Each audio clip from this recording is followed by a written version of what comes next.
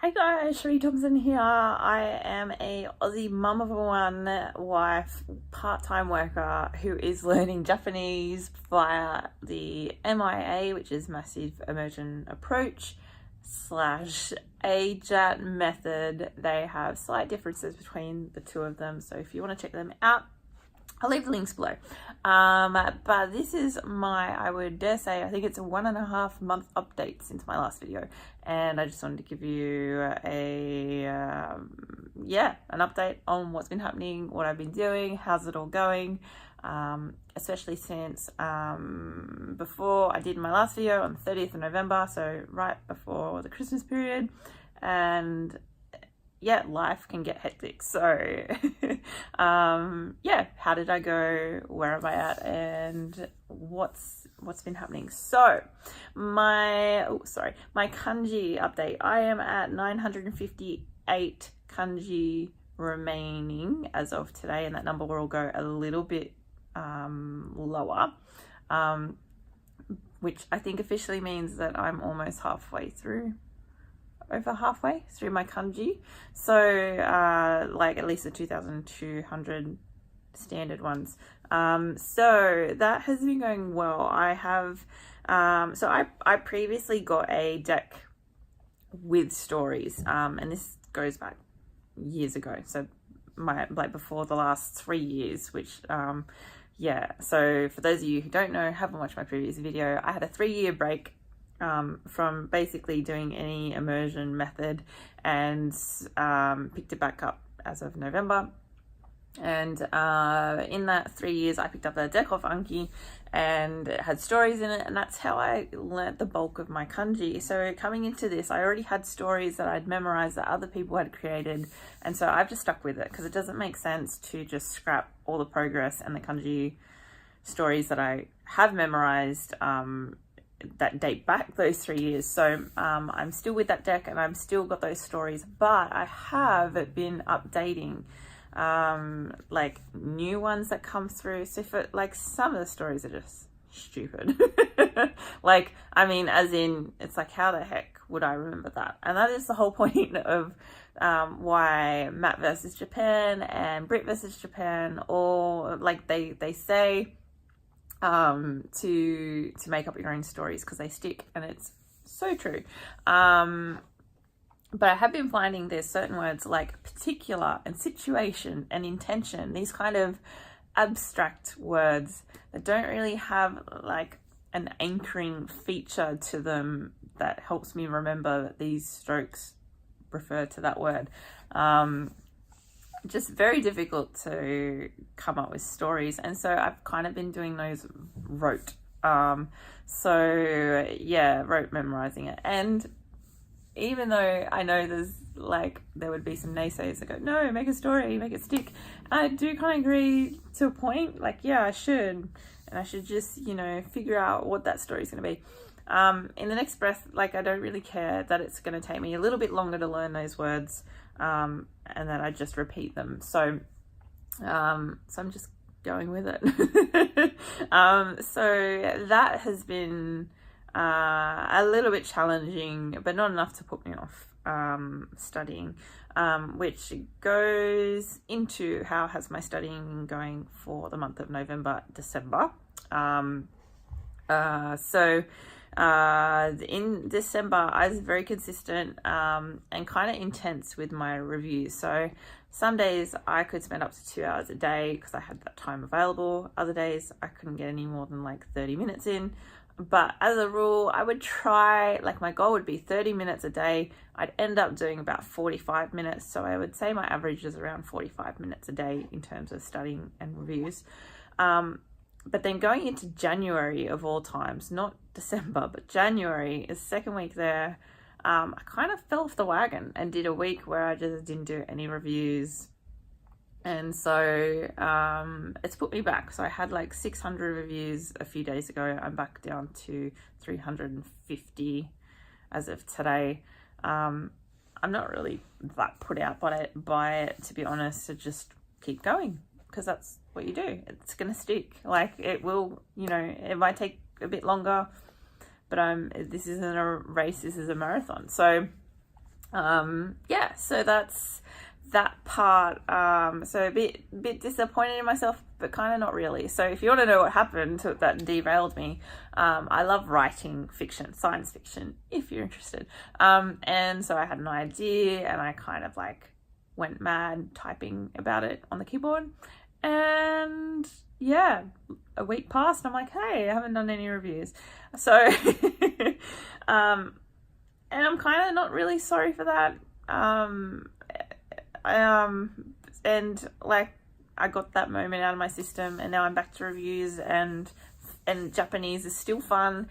And I realized I can do both, like in terms of if the writing bug hits me again, I can still go do that, but I will also get my reviews done. It doesn't have to be either.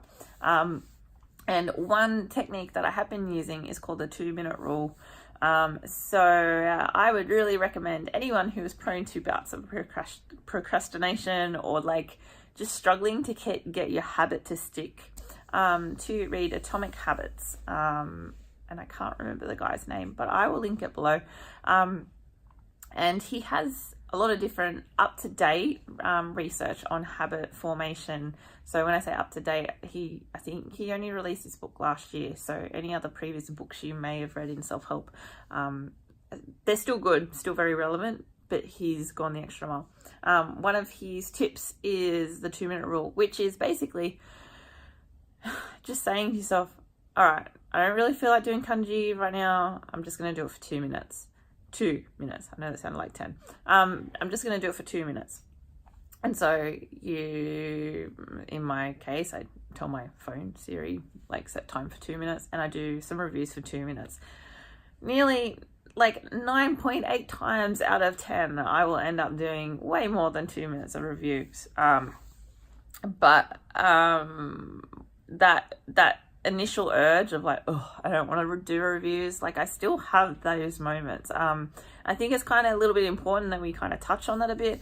Like it's sometimes you look at your review number and you're like, oh, like it's so big and like daunting or whatever, especially if you've had like a week off like I told you I did.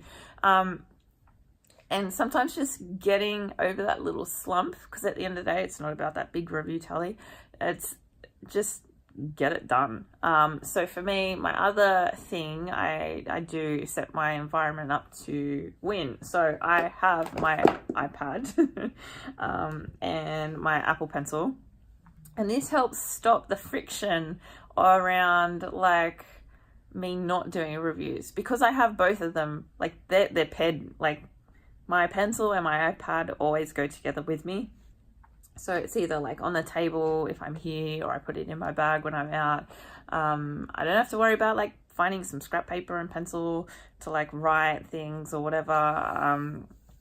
To write my kanji, I just do it. And it's totally fine to not write kanji, but I would recommend doing it. It's, there's a thing called muscle memory, and I used to think it was crap until it's happened to me. There was like the kanji for love, for example, there's a lot of strokes to that. But for some reason, if I have a moment where I forget how to write that, this happened not too long ago, I couldn't remember the image in my head, but my muscle memory, I'm like, what did it used to feel like to write that? And I got over the slump in terms of the heart components to write it. So I do recommend writing, but I also would just say, don't let, like, if you can't find pen and paper, you don't have an iPad Pro or a tablet or whatever, like, just get the reviews done on your phone or your computer, wherever you are, and just get them done. So, because at the end of the day, you want the lasting habit of being able to consistently do reviews, no matter how much that is, until it becomes almost automated. So my now automated process, because it really is like that. So in the morning is when I get my reviews done. So I get out of bed, like I said, I've got a 2-year-old that I'm looking after. So usually I get up when he gets up, I make him breakfast, I have my breakfast, I sit, and as soon as I sit down to have morning cuddles and watch TV with him, he just likes having me there so he can watch TV, I get out my iPad and I do my reviews. And usually I don't even set a timer on it, I just keep going until he causes a ruckus. And then, yeah, I just go where the days take me. So on work days, like I might only get like 10 minutes in before I have to go to work. But that habit of like, it's a signal when my son wants something like food related, I go get the food, I sit down in the lounge where he usually is or wants me to sit. I take out my iPad and pencil and I write, and that's how I get my reviews done. So try and make a habit of that. So some form of cue. So to me, it's my kid when he wants food. That's usually my cue to get a few reviews in. So yeah, I hope you found that helpful. And I'm just trying to think anything else. So I'm hoping that my next update video, I can say that I am done with seeing any new kanji. It doesn't mean my reviews are finished, but I will have no unseen kanji. And I find that really exciting because you gotta remember, I've been doing this on and off for like 3-4 years now and never thought I'd ever see the day when I'd get to the end of kanji. So I'm kind of excited. So yeah, oh, the other thing for my immersion, I wanted to touch on that. I've been kind of a bit slack with my immersion, a couple of reasons to do with that.